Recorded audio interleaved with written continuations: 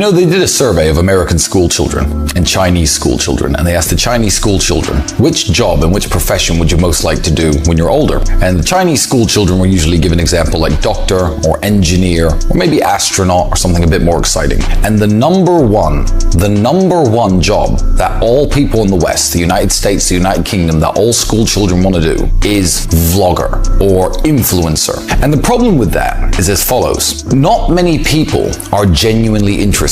I think what you're better off doing is living an interesting life and learning some interesting things before you start trying to make online content, because your choices are either you're a man with influence or you're a clown. You can go viral for being a clown, or you can go viral for actually being insightful and knowledgeable and people wanting to listen to what you have to say. If you're 19 years of age, the odds are you don't know anything. I was relatively interesting for a 19-year-old. I had my kickboxing career. I'd read, probably about 1,000 books at that point. I knew a lot of stuff, but I was still infinitesimally less interesting than I am today. What you're better off doing at 19 is going traveling, going backpacking, going hitchhiking, doing some interesting things, doing some dangerous things, doing some things that give you cool stories to tell. Then and only then should you think about making online content and trying to be famous as an influencer or somebody that people on the internet may want to listen to, because otherwise no one gives a shit. I always took opportunities to travel and see the world from when I was very, very young. The first trip I ever took without a parent, I was 15 years old, and I went over to The Hague in the Netherlands because I had a friend who lived out there, a guy who I used to work with at the fast food restaurant, funnily enough, and that was the first trip I ever took by myself. I was going to Egypt. I looked at the pyramids when I was 17 and a half, 18. I snuck beer inside one of them actually and sat and drank beer where the sarcophagus was, so maybe that's why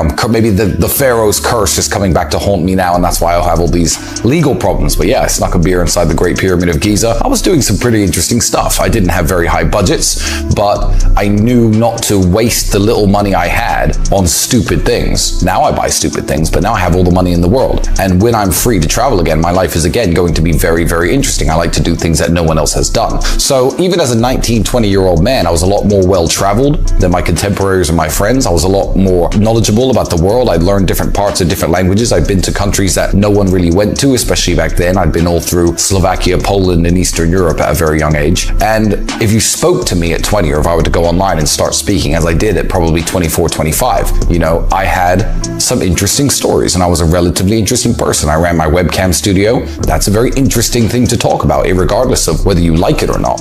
It's one of the reasons myself and my brother took off, because we were the only people who worked inside this industry who were sitting in front of the camera talking about how it works, what the insights are, and we were both professional fighters. We both had our kickboxing careers. We've both been around the world a bit. So even as young men, a lot of people gravitated towards us because we had something interesting to say. If you get a job straight out of high school and you work your job 5 days a week, every single day for 6 or 7 years, and you're 25 and you haven't done anything, don't think about trying to be an online influencer. And this is when you get the very worst of people online, when you don't actually have anything original to say yourself. So what you do is you just regurgitate other people's content. When Andrew first became popular, there was a whole series of Andrew Tate copycats. They'd sit around, they'd try and say the same things, and they'd try and describe the way Andrew works and the way Andrew lives, and I guess use stolen valor essentially to pretend that they're this insightful man who understands male-female dynamics better than anyone else. But at the end of the day, all of those people have now disappeared. Andrew Tate copycats have disappeared from the internet. Why? Because they weren't authentic.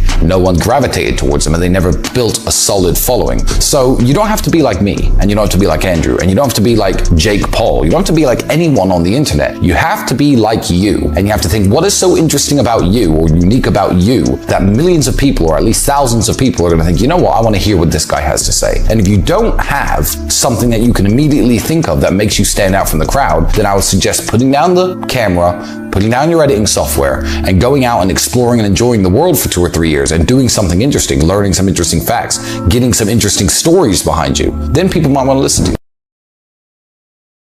You have to understand that nobody cares about your problems and no one cares about your life. Most people care only about their problems. So how are you going to solve my problems? That's an incredibly important part of reaching out to anybody. If someone were to say to me, for example, hey Tristan, I don't think your videos are quite up to speed. You got the best cars, the best women, the best whatever, best suits, but your videos, they're only 8 out of 10. I'm the best guy for the job. I'll think, you know what, let me at least hear this guy out. But idiots try to pitch me all the time. I've got an example today. Today, someone said, Tristan, you've got a problem that I could solve. I'm like, oh, this is interesting. Good, 10 out of 10 star. Well, Alex, the kid who used to wash your cars, you're now not allowed to talk to him because he's been taken away and banned from speaking to you. So I want the job washing your cars. And I was like, when they banned me from talking to Alex, they also took all of my cars. What the fuck are you going to wash? Well, you know, I'm just saying. So he started so good and snowballed into a tragedy so fast. He crashed and burned in front of my eyes on a Twitter DM out of nowhere. But yeah, certainly trying to solve their problems is the way forward. I'll tell you what I don't care about. Hey Tristan, my name's Steven. I'm from Utah. I'm 21 years old. A while ago, I was watching your and your brother's videos, and it really gave me the motivation I needed to break out the matrix. You see, my mom has a problem with, shut the fuck up! Shut up! I don't want to read your stupid message. I don't care. What are you trying to offer me?